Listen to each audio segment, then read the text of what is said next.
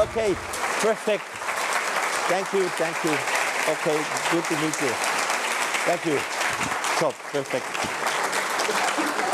Okay, good afternoon, ladies and gentlemen. Unfortunately, I don't speak Spanish, but I hope you hear me and you have a good translation. The oldest datings in our archaeology are definitely wrong. We learn today that many ruins are much older than we thought before. In the meantime, we have ruins who date back to 22,000 years BC. Something in our past is completely wrong. Now, 4,300 years ago, lived in the Sumerian city of Nippur a lady with the name Enchedwana. Enchedwana was the highest priest and the daughter of the Sumerian king Sargon I. Therefore, Enchedwana was able to write, and she wrote 80 Sumerian tablets, which our archaeologists today name the holy hymns of Enchedwana. In our days, these old texts were translated by the German Sumerologist Dr. Hermann Burgard. And this specialist, one of the few specialists of the world who can translate Sumerian cuneiform, was absolutely fascinated by the writings of Enchedwana. She definitely writes about so-called dingirs, and dingirs were flying machines. You can compare the dingirs to the vimanas in ancient India, or to the flying chariot in the Ethiopian Book of the Kings, the so-called Kebra Negrest, or to the Egyptian flying winged sun gods, etc., etc. 40 years ago, the Sumerologists believed that the writings of Enchedwana has to do something with the folklore of the gods. Maybe something with the moon, with the sun, with the lightning, or the storm. In the meantime, Dr. Hermann Burgard clearly found out that Enchedwana in reality was writing about space stations in orbit, about machines coming down from these space stations. And here on Earth, these flying machines, today we would say space shuttle, were refueled with the mixture of different oils and carbide. By the way, a similar composition of liquids and carbide as we find them in old Indian texts. Enchedwana also writes about a terrible noise which these flying machines made, comparable to Ezekiel in the Bible. He speaks about the thundering of a waterfall.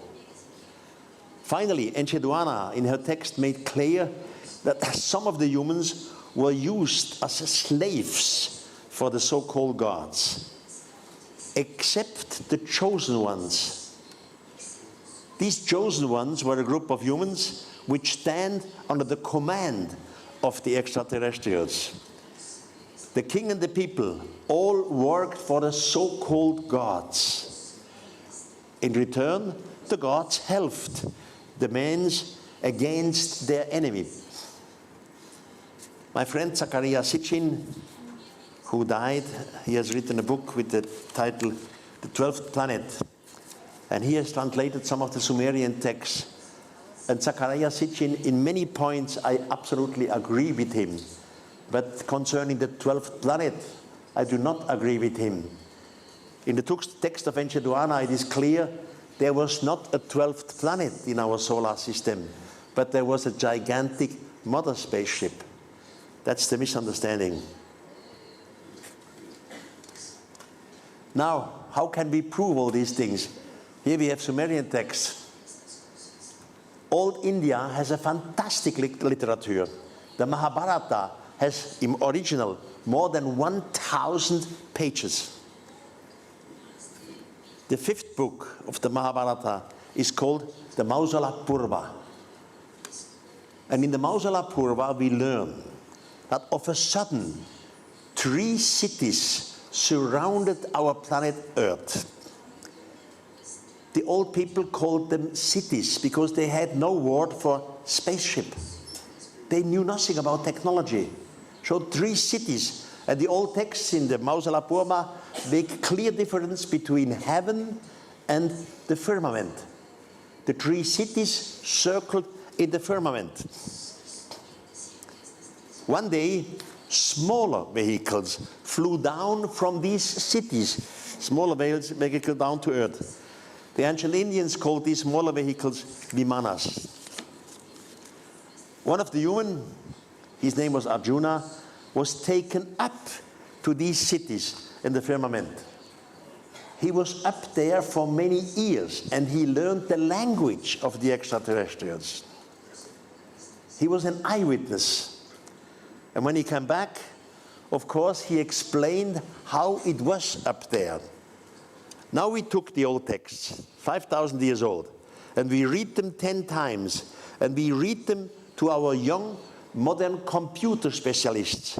And we said to our computer specialists, now, this old text is a writing of Arjuna, he was up there. How would these cities in heaven look like according to this description? And this here is the result. And he writes that the cities in the firmament were composed of many, many bulls. One bull next over the other, over the next one. Arjuna writes that he was brought up there by a vimana, these smaller vehicles here. Arjuna writes for the first time when he was here, he saw the stars like brilliance. Before, when they were looking from the planet Earth to the stars, they just believe it's a kind of lights which the gods put on heaven. Arjuna even knows the names of his pilot who brings him up. His name was Matalip. And then Arjuna learns the language of the extraterrestrials and he realizes that they have fights against each other. Some of the extraterrestrials wanted to have sex with humans, others were against it. Some of the extraterrestrials want to take raw material, they want to steal us, others were against it. So the result was a war in space. Arjuna clearly writes that out of one city, brilliant lights came out. 2 of the cities were destroyed. And from the planet Earth, it looks as if 10,000 of falling stones, falling stars, fell down to the planet. All these descriptions you can read in the 5th book, the Mausala Purva of the Mahabharata. Now normally, when we hear these stories, we say, come on, this is all fantasy. Our ancestors, they saw the lightning in the sky. They heard the thundering. They could not understand the forces in nature, so they made out gods out of it. They created natural religion, which is true. Our Stone Age people have created natural religions. But the explanation is not enough, because many of our human people have received information from the so-called gods, scientific information. And this is not natural. For example, one of the so-called gods says to one human, human, look out of the window. Do you see this little light there? You humans, you call it moon. But the moon has no light by itself. The moon receives his light from the sun. And then he explains him the different phases of the moon. Why is the moon sometimes full, sometimes half, sometimes empty, etc. The stranger, extraterrestrial, explains to the human, do you see this bright shining light here? You humans, you call it sun. Do you see all the little lights there in the sky? These are all suns like your sun. And he explains them how a planetary system works. That our solar system has a sun and many planets. He explains them that our Earth is surrounding our sun in 365 days. Now these are scientific informations, and they were made in Stone Age time, before the Great Flood. It has nothing to do with nature. So the natural explanation is not enough. We have to ask, who were these teachers from heaven? One day the teachers disappeared again. Their job was done here. They left the planet with the promise, in a far future, they will return to our planet Earth. And the humans were left alone. And now they started to make all kinds of drawings, cave paintings, figures. They represented the gods. We find worldwide these cave paintings. The gods are always the one with halos and helmets. I just give you a little selection worldwide. This is in Australia, by the way. The gods are called the Mandinas. This is near Italy, Swiss border. It's called the Val Camonica. There are 10,000s of cave paintings. Or the next one is the Hopi territory. Hopi is in Arizona, United States. They again have thousands of these cave paintings representing the gods. Far away, at another place, in Peru, there is this desert of Nazca. I will speak later about Nazca. And there also, in Nazca, we have these gods with the helmets, with the halos around their head. That's like we represent angels. Angels always with halos. They were not terrestrial. When you ever fly to Nazca in Peru, you have to fly over this gigantic figure here. The figure is 28 meters high. One arm points to the sky, the other one to the earth. Even in official archaeology, this figure is called El Astronauta. Or far away from Peru, we go to the Sahara Desert. Bring das nächste. Aha. This is Ica, again in Peru. Now from the beginning you see nothing. You see absolutely nothing. Because this figure is laid out in a way that you can only see them from the air. You have to fly. And then it looks like this. The gods were represented. Far away from Peru, in the Sahara Desert. This is in Algeria, Tassili Mountain. This figure in original is 6 meters high. Again, in official archaeology, they call it the great Martian god. It really looks like an extraterrestrial. After the time of cave painting, our humans learned to make figures. And they represented the gods, how they fly down from the sky. This is an example from Tulum. Tulum is a city in Mexico at the Caribbean Lake. The whole city of Tulum is dedicated to the descending gods. You see their spread legs, they have wings, their arms are in front like on a bobsled. They came down from heaven. Now the original looks like this. You see the wings, the fingers. Another figure from Tulum is this one. I love this one. He has shoes on. The wings. The original looks like this. You still see the shoes here. The wings. So our ancestors, after the time of cave painting, they have the time of figures, of chiseling, a worldwide phenomenon. In the Museum of Guatemala, you find many of these gods. They all have helmets and masks on their noses. That corresponds to their holy writings. The gods are described like this. Far away again, in Japan, Japanese Stone Age, they represented these gods in that form. They call it the Dogu gods. They were holy. They were standing on altars. But in Japanese Stone Age, nobody knows something about glasses. So how did they copy? What did they see? And the process I'm doing here, it's a worldwide phenomenon. The cave paintings are worldwide. These figures are worldwide. But our ancestors had no contact together. They have all seen something similar. In Mexico and the Caribbean, near the Caribbean Sea is a place called Villahermosa. There you see this god. He has a helmet on. In modern eyes, you can say he has a microphone before his lips. His hands are pointing downwards to the planet Earth. His legs are up there. A descending god.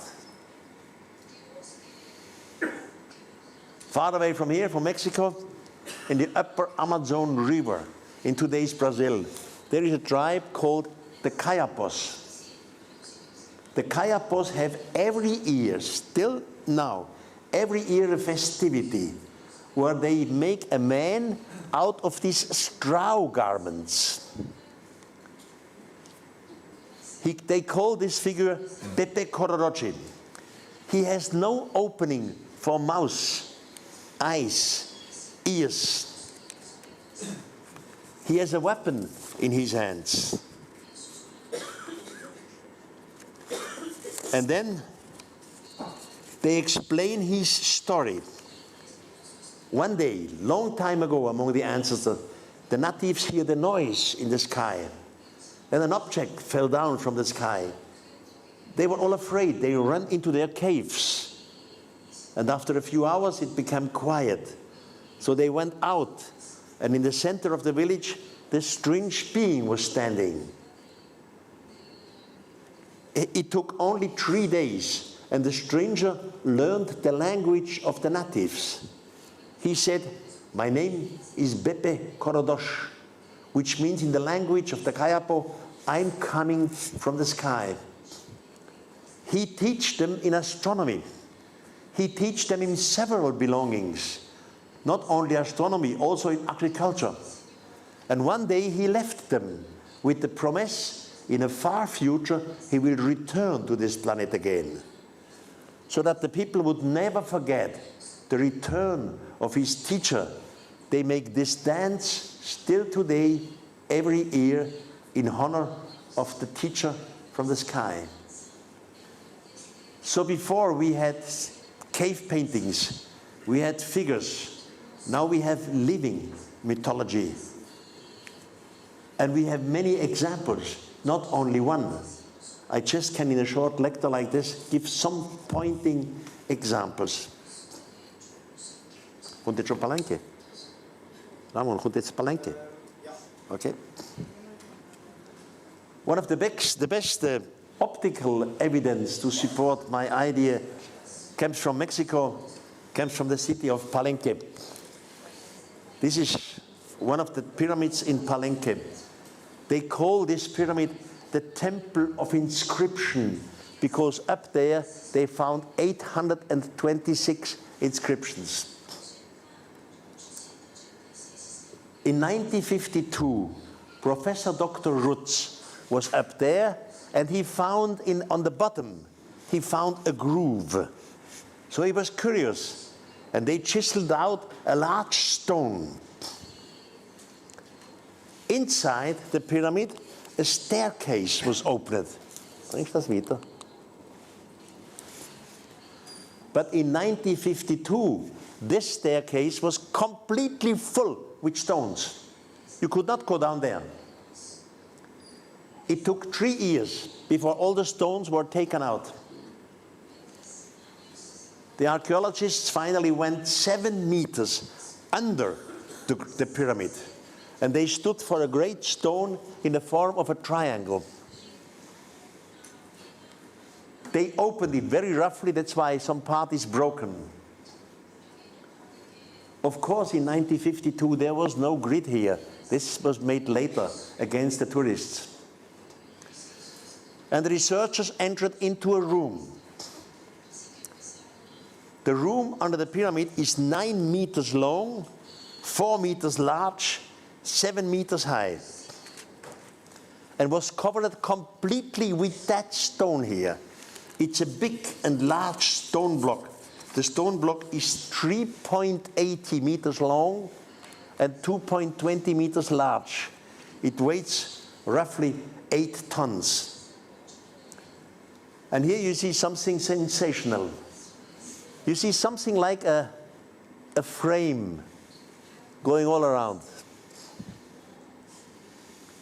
In the center of the frame, there is a man sitting, bending forward, almost like a racing motorcyclist. He has some sort of mask on his nose. And he definitely uses his 2 hands to manipulate controls. You see the upper hand, he's using this knob here. From the lower hand, you see the 4 fingers here of the back. He's turning something up. He's winding something up.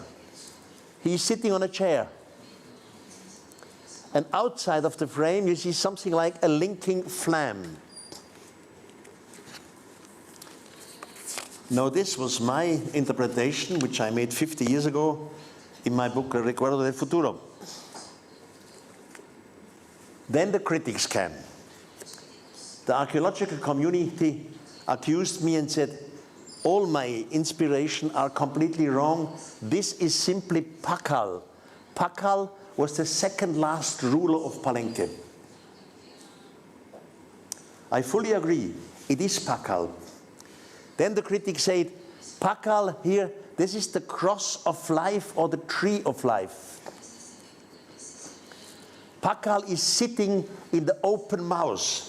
The open mouth of a mythological monster. The specialists in archaeology, they saw some quetzal bird. Or what I described at the end here, something like a linking flame here. The archaeologists said this is simply the stylized hairs of the beard of the weather god. Fantastic interpretation. Then, in our days, 3 years ago, 2 new professors in archaeology studied this tombstone. Their name is David and George Stewart. They is father and son, David and George Stewart, from the University of Texas in Austin. They are the best translators today of the Maya writings. And they came out now with a complete new interpretation of this thing. They said, on the 3rd tablet of the Temple of Inscription, there is a date connected with Pakal. The date gives the figure 1,247,654, back in time. Another date says that Pakal will return to this planet Earth after 4,000 years. There is, according to the modern interpretation, no open mouth of mythological monster. There is no tree of life or cross of life. There is no stylized hair of the beard. They say it has all, the whole plate, completely has to do with the universe. Yes, it is Pakal, the second ruler of Palenque, but Pakal is flying out, away from the earth. Now, I am often accused by the archaeological side that I should not look at this picture crosswise. I must look it lengthwise. It looked like this. You see, that's the correct way archaeologists say how we have to look at the picture. Now, I am a man with fantasy, and soon as I see this, I say, come on. That gives me a hint to a complete other continent. We make a jump now far away to the east, to Indonesia. There is a temple called the Borobudur. This is Borobudur. The Borobudur is altogether a gigantic stupa. And all these things here, who looks like bell for us, they are called stupa in Buddhism. Now the stupa has different meanings in Buddhism. One of the meaning is the stupa is the smaller vehicle with which you reach the big vehicle in the orbit on the Earth. You remember the Vimana? Arjuna went with the small vehicle up. His pilot's name was Matali, to the big space city. There are many references. They use the small vehicle to come to the big vehicle in the orbit. So the stupa is represented as the small vehicle. And therefore, none of these stupas are empty. In every stupa, somebody is sitting. Here, the young Buddha. And what is he doing? He's sitting there. He uses his two hands to manipulate some controls. And now let's go back to Palenque in Mexico. Here I formed the stupa. The man sits in there, uses his hands to manipulate control. So it all is just a question how you look at it. I look at it with new eyes, with different eyes. The time has changed. There is one point on this planet on which I have to refer to tell you, because it makes me angry practically every month. I'm talking about Nazca. You know, Nazca is a desert in Peru. Nazca is about 500 kilometers south of the capital of Peru, south of Lima. When you fly over Nazca, you first see nothing. It's just a desert with brown sand and brown red little stones. Soon as you fly a little higher, you see some figures in the desert coming out. Figures of fishes, monkeys, spiders, fishes, all kind of things, but you see them only from the air. And when you go higher again with your aircraft, you see of a sudden gigantic lines. They look like airstrips. I never said in none of my book that they are airstrips, but seen from the air, they look like airstrips. They start abruptly, end abruptly. The longest it is 3.8 kilometers long. Then we have a third element. So we have the figures, we have these airstrip-looking lines, and then we have some small lines here. These small lines are only about 1 meter large, but the longest is 23 kilometers long, directly over hills and mountains, disappearing for 23 kilometers here. Now, what nerves me here? Every year, practically worldwide, you see on our television a documentation about Nazca. Scientific documentation. And then you see how 2 or 3 archaeologists, they simply use their shoes, they scratch away the surface. And you see a bright shining effect comes out, which is correct. And they demonstrate by scratching away the surface, you can make these figures. I absolutely agree, this is true. But they never show to the world public these pictures. They only show these figures, or they show so small lines. Never these pictures here. Here, lines from every angle comes together to one point. We have no reason. We don't have an explanation. Take this picture into your memory. You never see it on television, on these so-called scientific documentaries. They are not telling us the full truth, just the half-truth. Now, I am not talking about conspiracy. These archaeologists I know are brilliant and honest persons, but they themselves don't know these things. I was flying over Nazca for days and days, at least 3 months in the early morning. I have 5,000 pictures of Nazca in my archives. And what really makes me mad is this here. Bring next Bild. You see this line here. When you have good eyes, you see some zigzag lines here, which crosses. Now imagine this line would have been produced by scratching away the surface with your shoes. If you do this, then you would have scratched away also the zigzag lines beneath you.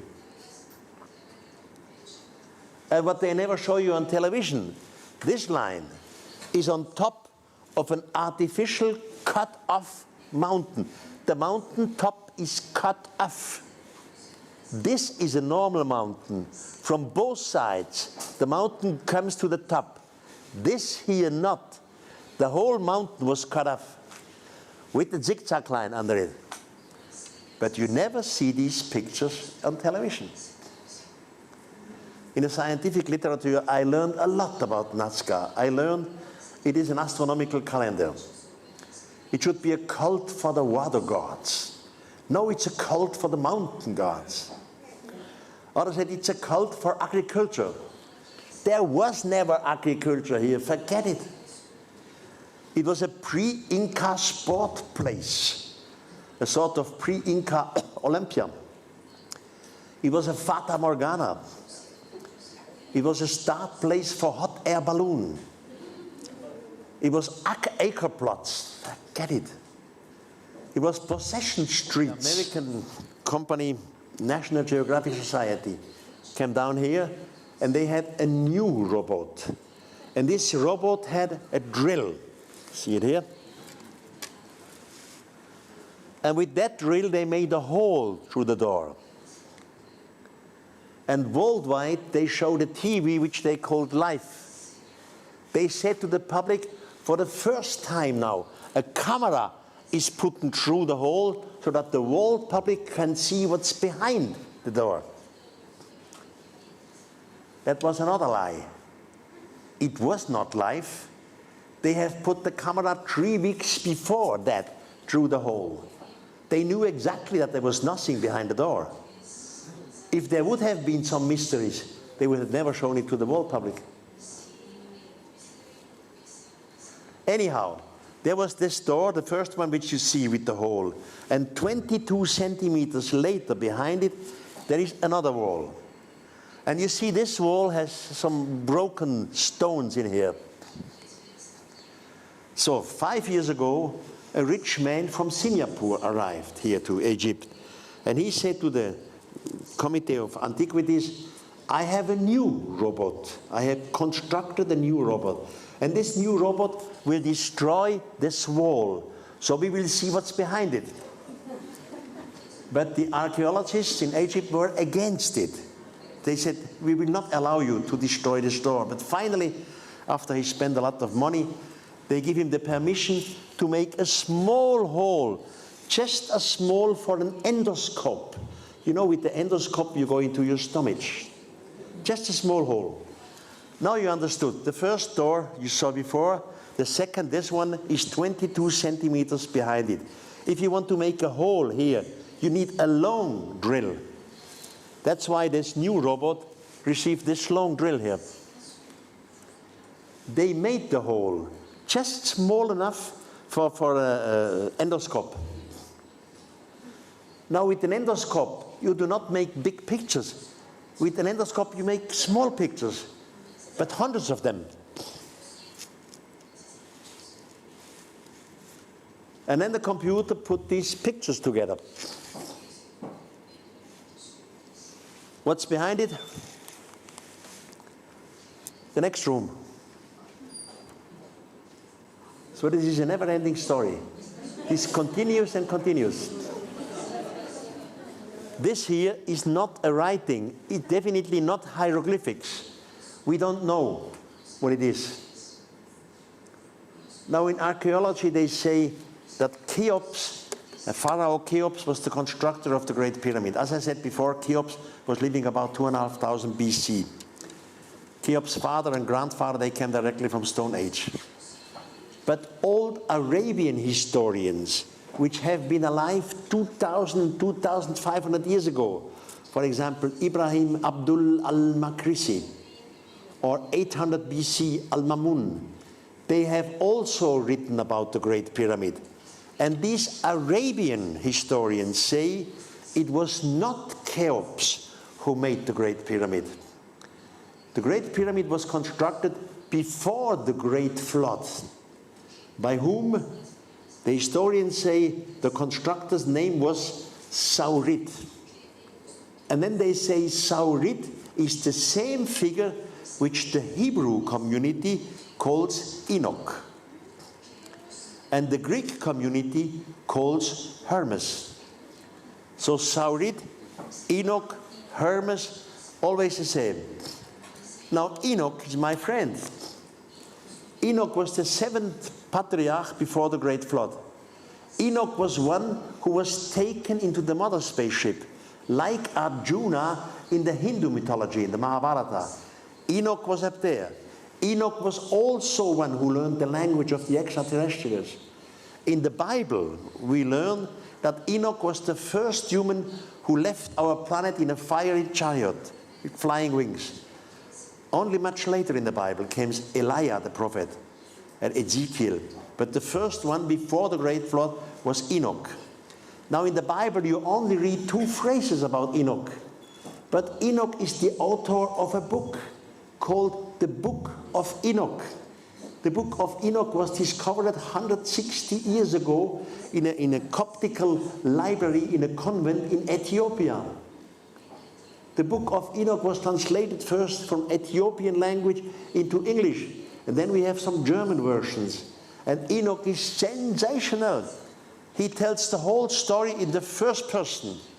What he saw, what he did.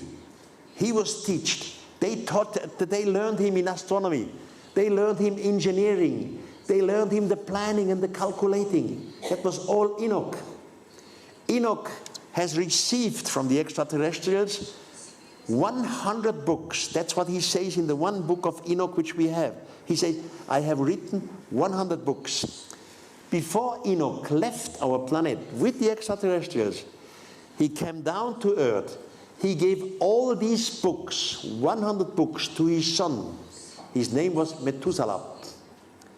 And he gave the books to his son with the order, and now Methuselah, keep all these books written by your father's hand. Keep them for the generations after the Great Flood. Where are the books of Enoch? We find more and more chambers, tunnels in the Great Pyramid. I would not be surprised if one day, in the near future, we will find a library in the Great Pyramid with the books of Enoch. And then we have the next problem with our politics and our archaeologists. Und dann siehst du jetzt Al-Mamun, also kommt die unvollendete Grabkammer. Look schnell. You know, we are speaking Swiss German, that's a wonderful language. It's secret, nobody understands it. Und jetzt hier. Okay. Now I told you, under the pyramid is another room, which the tourists never are allowed to see. Bring them out. We are outside the pyramid. And when tourists go into the pyramid, you go to this, it looks like a cave. It was chiseled out, 826 AD. Then you came to a crossing point. One way goes up to the Great Gallery, to the King's Chamber and the Queen's Chamber. And the other goes down in the rock under the pyramid. No tourists ever are allowed to go down there. The way down there is 119 meters long. Quite something. And then you arrive in a subterranean chamber. So 119 meters is the shaft if you look at it diagonal. If you look at it straight down, you are 35 meters in the rock under the pyramid. It's called the unfinished chamber. From this point, there is still a shaft going deeper, 3.5 meters. So in total, you are at 38.5 meters in the rock under the Great Pyramid. Now the pyramid for the first time was opened in the year 826 by a caliph with the name Al-Mamun. And Al-Mamun, there is a biography about him. In this biography they say Al-Mamun found in the Great Pyramid 3 rooms. In one room he found glass, small thin glass which was not rusting. Huh? Which you can, glass which you can bend. And in another room he found metal, small metal, which is not rusting. In a third room he found the sarcophaguses open with 3 mummies. The 3 mummies had elongated head. And next to them were a little table with writings. Al-Mamun's biographer said, nobody at Al-Mamun's time was able to translate these writings.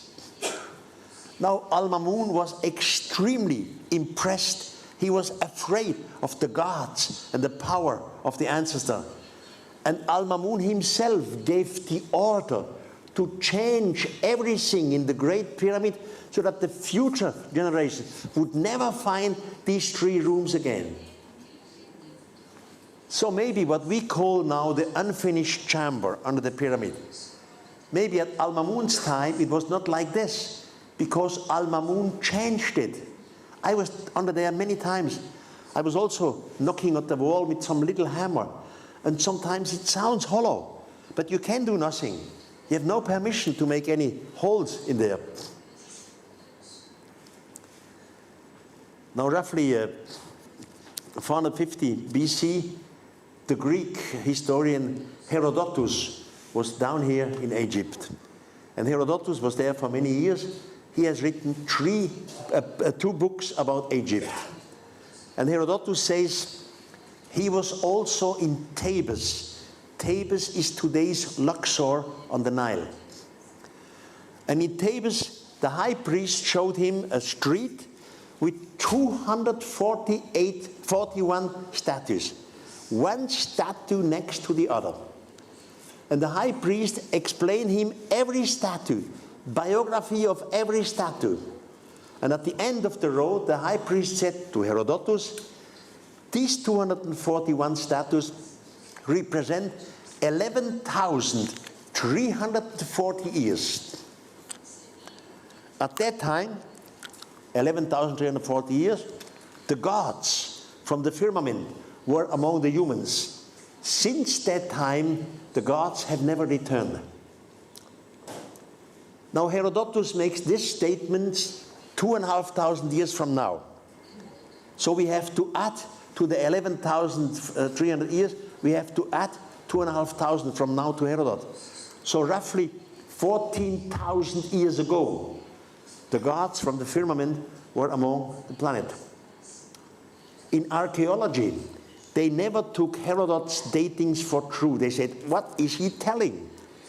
History of Egypt starts roughly 3000 BC, but not 14,000 years ago. What is he saying? They did not accept Herodotus' statement. The same Herodotus, just a few lines later, in his 2nd book of history, he says that under the Great Pyramid, there is a lake, a small lake. In the lake is a sarcophagus. The sarcophagus is covered with water. And in the sarcophagus we find some gifts of the god Osiris for humanity after the Great Flood. Also, this statement of Herodotus in archaeology, it was never taken for serious. He's speaking about 14,000 years, what stupidity. And he's speaking about the lake or the pyramid. We are in the Sahara Desert, there is no lake. In the meantime, the lake was discovered. Of course, I was down there, together with Ramon here, my wonderful secretary. You climb in first, this spot here. Of course, these ladders, they are from our time. That's not from the time of the Pharaoh. From this point, you have to climb down absolutely straight away 26 meters. And this shaft is so big that there is room enough for 2 ladders, you can see here. Then you come in the room, in the rock, and the room has 7 niches. You see here 7 niches cut out of the rock. But only in 2 of the niches are sarcophaguses. This one is basalt, volcanic rock. But there are no volcanoes nearby. Why do they have to use basalt? The next one is granite. They told me that there was nothing inside the sarcophaguses if they found it. I cannot judge if this is correct or not. From this point, you go deeper down in the rock under the pyramid. You remember, that shaft was large enough for 2 ladders. The continuation is not the same shaft. It's very small. There's only room for 1 ladder. Then you arrive at the crossing point where you have to go down on your knees. It's only 1 meter high. And a rectangular. You cross under the pyramid, and all of a sudden, you smell water. And then you stand before a small lake under the pyramid, exactly as Herodot was telling us 2,500 years ago. And in the water is a perfect sarcophagus covered by water. You see it here. Now this sarcophagus was opened, and these wooden blocks here, they are from our time. That's just the cover of the sarcophagus. This is from our time because they opened the lid, and so the lid would not fall down. They put these wood blocks between it. Of course, we measured the sarcophagus. How long, how large, how high is it? And the sarcophagus is definitely much bigger than the second shaft. You remember the second shaft had only 1 ladder. They could not have transported this sarcophagus down this second shaft. And not around the corner, which was only 1 meter high. There must be other entries into these rooms under the pyramid. Who made this? Thousands of years ago. Why? For what purpose? In the meantime, they have put out the water. You can do this only very shortly. You have water pumps. Soon as the pumps stop, the water floats back again. So this is the same sarcophagus which you have seen before underwater. Now the water is away. You see the precision. Also here, they told me they have found nothing inside the sarcophagus. I don't know if this is true or not. Some thousands of years ago, the so-called gods were here. I say the so-called gods. The extraterrestrials were here.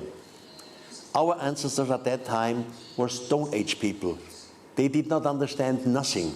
They had no idea of technology. So our ancestors believed that these are some gods. The word God is a wrong interpretation. We all know there are no gods. There is only one big God, the omnipotent God of the universe. I myself, I am a deep believer in God. I am one of these figures who pray every day. But the gods of antiquity is a misunderstanding. They were extraterrestrials. They were not gods. Like the angels were nothing spiritual. The angels were extraterrestrials. Like the war in heaven is not heaven. It was in space. It was all misunderstanding. Not because our scientists were stupid at that time. Our scientists were brilliant people.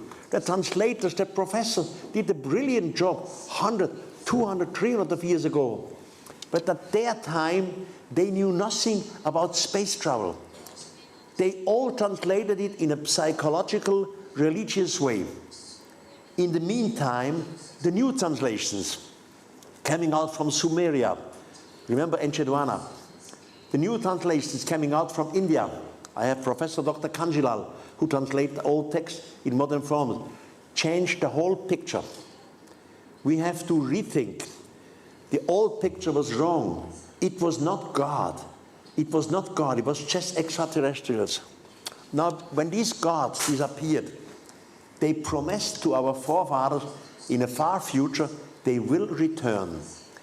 And this promise of the return of the gods was part of every culture in the world and still is part of today's religion. Maybe you remember, roughly 400 years ago, Francisco Pizarro went to today's Peru. The natives believed when he arrived that Pizarro is the long-awaited God. They all fell down on her knees. Later they understand he's not the God, but in the beginning they believed Pizarro is a God. The same situation happened in Central America. Hernando Cortés came together with the king of the Aztecs, with Moctezuma. Even the king Moctezuma believed that Hernando Cortés is the long-awaited God. Even the king fell down on his knees and kissed the feet of Hernando Cortés. Or far away, in the Pacific Ocean, the British James Cook came for the first time to Hawaii. The natives, the Hawaiian, believed that James Cook is the long-awaited God. The same situation, they all fell down on her knees. So what I want to make clear, this expectation of somebody to return is not a Christian invention. It existed long before Christianity. And what do we have today? I am educated as a Catholic. We believe that one day Jesus will return. But the Muslim society believes that one day the Mahdi will return. We know every Buddhist is sure that Buddha will return. The Jewish community, since more than 5,000 years, they believe that their Messiah will return. Now, honestly, not every religion can be right. Some of them must be wrong. They are all wrong.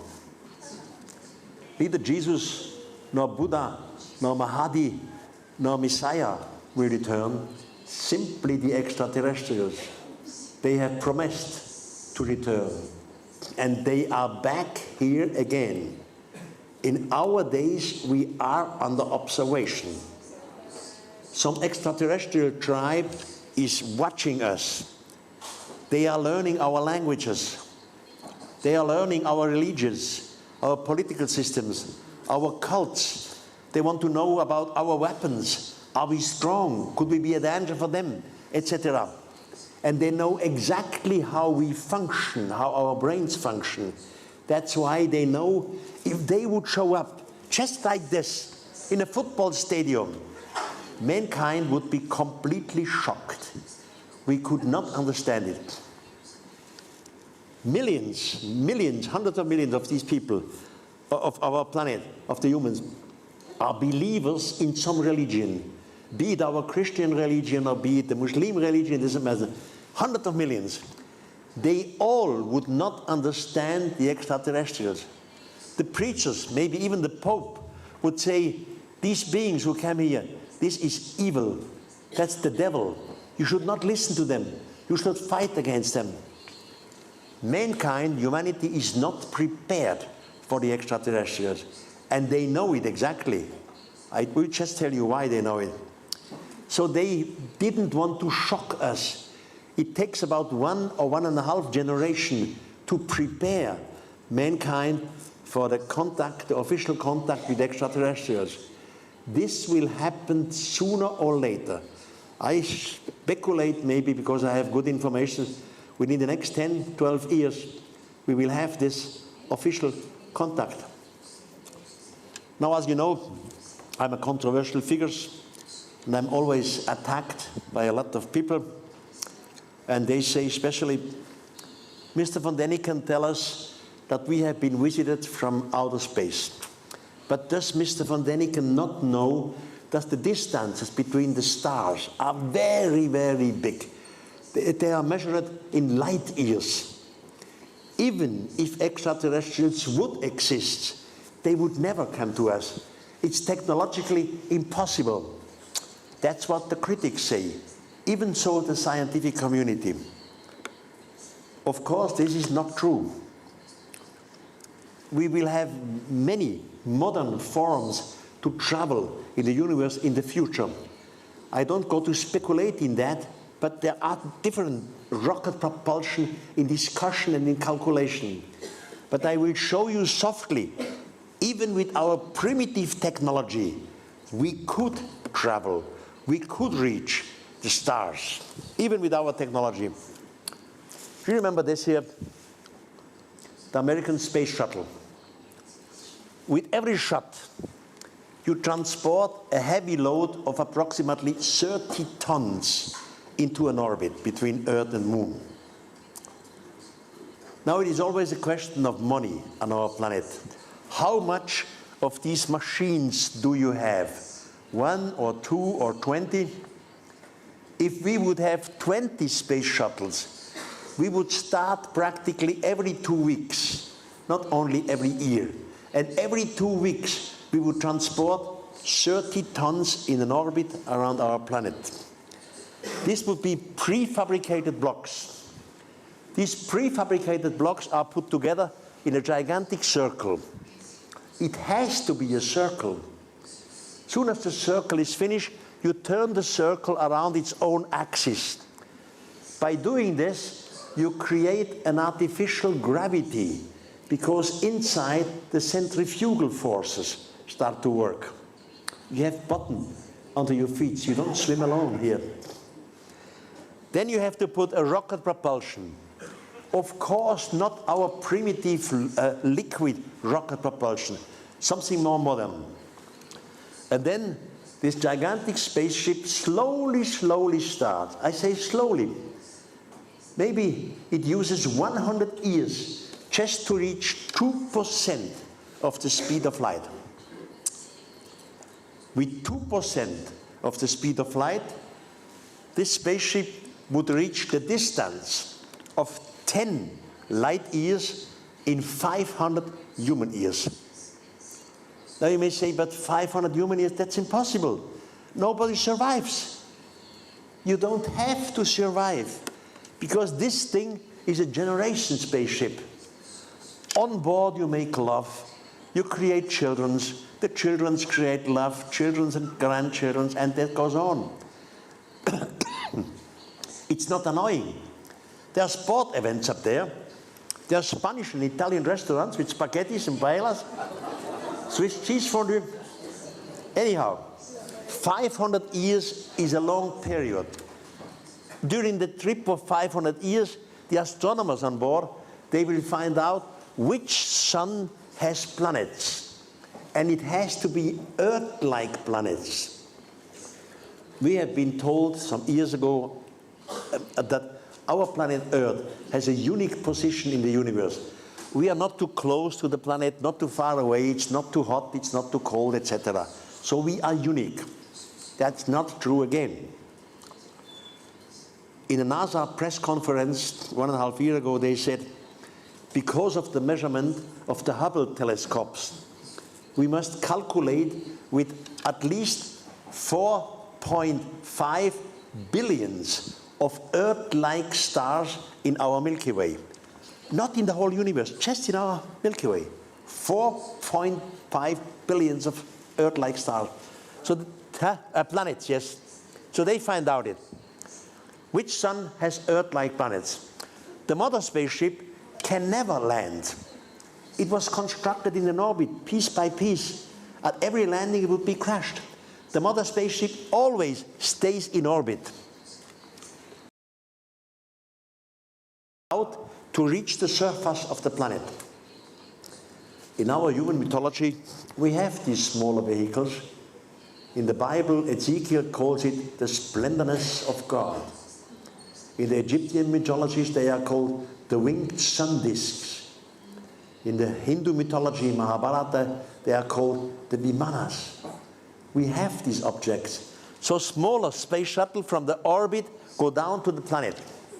And now these space travelers receive the order, you have 500 years time to create an industrial society. 500 years to create an industrial society? How old is our industrial society? 150 years, 200 years? And we live in an industrial society. But all these technical things like light, steel, microphone are the product of a technological evolution. We have to be graceful to our fathers, grandfathers, grandfathers, brilliant human, which in the past made all kinds of invention. Finally, we have a technical, an industrial society.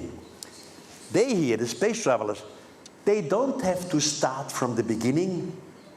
All the evolution of technology they know already finished in their computer. So we give them 500 years to make an industrial society. After 500 years, the industrial society is able to construct a spaceship like this. And now the game begins again. There was once a spaceship traveling 500 years on the way. After a second 500 years, we have two spaceships, the old and the new one. Each one 500 years on the way. Then we have 4. Then we have 8. Then we have 16. Now a snowball system starts to work. With only 2% of the speed of light, we would inhabitate our whole Milky Way within 10 million of years. And the only beginning was one spaceship. The only payment that we had to pay is the first spaceship. 10 millions of years, our whole Milky Way would be colonized with primitive technology of 2% of the speed of light. So all these stories that it is not possible to reach each other, forget it. That's for the kids. I said the extraterrestrials who observe us now, they know exactly how we react. They know our brain. How? I mean, beings on another solar system have a complete different evolution. Maybe there is something like flying elephants out there. Could be that some trees are speaking. Everything is possible. But still, in the Milky Way, there are human-like societies. This is not my idea. The idea comes from the Swedish Nobel Prize winner, Mr. Svante Arrhenius. He is dead since 70 years. Mr. Svante Arrhenius has come up with a theory which he called panspermia. What is panspermia? How does panspermia function? He suggested at one point in our Milky Way, the first form of life existed. Now we say, stop. How did that first form of life start to be? We have no answer. In religion, we are told in the beginning was God. But the critic should ask, who created God? Where did God come from? In science, they say no. In the beginning was the Big Bang, the atom. But what created the first atom? Even in astrophysics, nothing comes from nothing. So if we look at it philosophically, religion, the beginning was God. If we look at it scientifically, in the beginning was the Big Bang. We have no answer. In the beginning, we just have a big, big zero. That's all what we have. So we have to think somehow it started. The first intelligent form of life had the wish to spread out themselves. By doing so, they did not use spaceships in the beginning. They simply influenced a whole part of our Milky Way with their forms of life. Look, if you just shake your hand, now you have destroyed thousands of cells. In each and every cell is your DNA. And in your DNA is the whole reproduction process of your body, until the latest little hair or the little finger. Now you infect a part of the universe with your DNA. In Switzerland, in Zurich, is a very well-known university called the ETH, the Eidgenössische Technische Hochschule. They have made experiences with DNA under extreme heat, under extreme cold. Soon as the normal temperature was here, DNA functioned normally again. So you infect a part of a Milky Way with your own DNA. When you do this, you know exactly the biggest part of it will come into the gravity of a sun, will not survive. Another part will come into the gravity of a big planet, will not survive. Or a planet which is too near to the sun, like our Mercury, will not survive. But a small part of it will come into the gravity of a planet which is similar than the one which you started. Don't forget the 4.5 billions of Earth-like stars in our Milky Way. And now evolution starts, the beginning of life. According to this, the information of life comes from outside, and not as we learned in the school. It all started in the so-called primordial soup. Funny enough, what I tell here is part of the knowledge of every religion, including our religion. The gods created humans according to their own image. We are offsprings of the gods, the so-called gods. That's why they understand us perfectly, because they know how we function. This is the theory of panspermia, yes. And now we are under observation. Now in the meantime, ladies and gentlemen, I have published a lot of books and brought a lot of information. Some of them are very good, other of them are bad. That's normal in every scientific work. But I have the feeling I don't have to continue too long, because the information comes now automatically to us without my job. What do I mean? Our satellites have photographed the surface of the next planets. This is on Mars. What has it to do on Mars? You cannot see very well. You see here a triangle. This is on Mars. Or this here, this groove is on Mars. We don't know where it comes from. And here is something like a half moon. I show it you in detail. Looks like this here. Now, on Earth, we have some mysteries. You see these rings here? This is not on Mars, this is on Earth. This is in Mauritania, in the desert of the Sahara, south of Algeria. It was found first by satellites, by astronauts from satellites.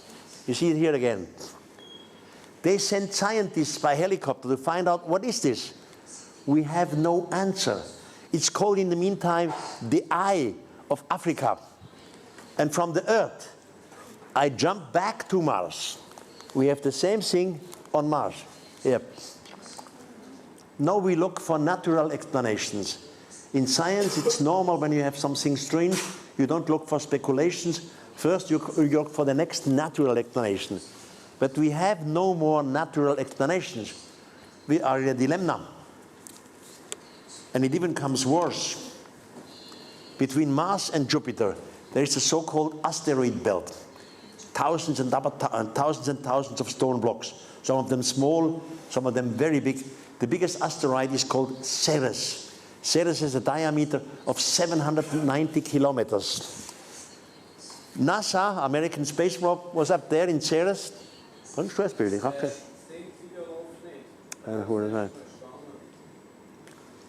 NASA has made wonderful pictures of the surface of Ceres. I hope you can just see it. And there we have something completely wrong. Now we humans, we were never on Ceres. If it was not us, who was it? You find a rectangular out of stone on Ceres. And inside the rectangular, you find a square. Wonderful photograph by the NASA space probe down. Now we don't have the picture, that's bad. That's awesome. Here you see the rectangular here. I have a better picture. Show me the next one. Here. And in the rectangular square. Now it was not us who were on Ceres. So the information comes automatically anyhow to the future generations. I often ask myself, why is it so difficult to the humans to explain that we were visited from outer space? It is because of our education. We have roughly, we have two groups of humans on this planet. One group is religious. It doesn't matter what religion. The other group is scientific. Now the religious group has been told God made everything. God made the planets, the plants, the trees, the animals, but as crown of creation, God made us, humans. In the scientific community, they say no, it is all evolution, mutation, selection, but we are the top of evolution. Have you, ladies and gentlemen, ever understood that in both cases, if we look at it religiously, crown of creation, or scientifically, top of evolution, in both cases, we look at ourselves as the greatest. Something like we humans do not exist. We have to be the greatest, the biggest. We are all egoists. We have a psychological problem with extraterrestrials. Soon as we accept them, we are not the greatest anymore. And this has to change. And the situation will change. We are in a process that everything changes now because of the new translations, because of the new information, because of the learning which we do in this process of learning. And I think it takes another 10, 12 years, and the situation is clear for everyone. We were visited by beings from outer space, and these visitors are back at present, and they respect us, they don't shock us, and nobody has to be afraid of them. If extraterrestrials would have liked to kill us, they could have done this since thousands of years. They don't do this. Ladies and gentlemen, it was a pleasure for me to come here to discuss to you. It was a pleasure for me. Thank you for the invitation here. I learned that now we have some sort of panel here, some panel discussion. And when all this is over, the panel discussion too, I will sit somewhere on the table and of course sign your book and stand at your disposition. I have to say thank you to you that you were listening more than 1.5 hours so quietly to a controversial figure like me. Thank you. Okay. Thank you. Okay. Thank you.